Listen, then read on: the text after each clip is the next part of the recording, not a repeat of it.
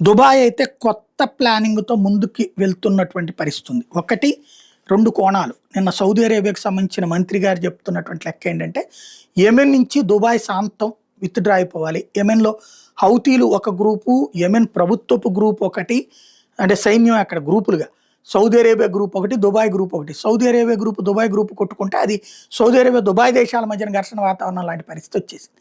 దాంతో చివరికి ఇద్దరి మధ్యన విభేదం పతాక స్థాయికి చేరినటువంటి వేళ ఇప్పుడు దుబాయ్ ఒప్పుకుంది అని చెప్తున్నారు. ఇంకో పక్కన దుబాయ్ యెమెన్ దగ్గర ఉన్నటువంటి దీవులలో ఇజ్రాయెల్ కోసం ఒక ఎయిర్ బేస్ కూడా పెడుతుందంటే అది కూడా డ్రాప్ అయిందని చెప్తున్నారు. ఇంకో పక్కన దుబాయ్ వచ్చేటప్పటికి తాజాగా ఒక కీలకమైనటువంటి అంశం మీదన చర్చ జరుగుతుంది. The United Arab Emirates has reportedly established the first Jewish residential district in the Gulf in collaboration with the chief rabbi of Tel Aviv.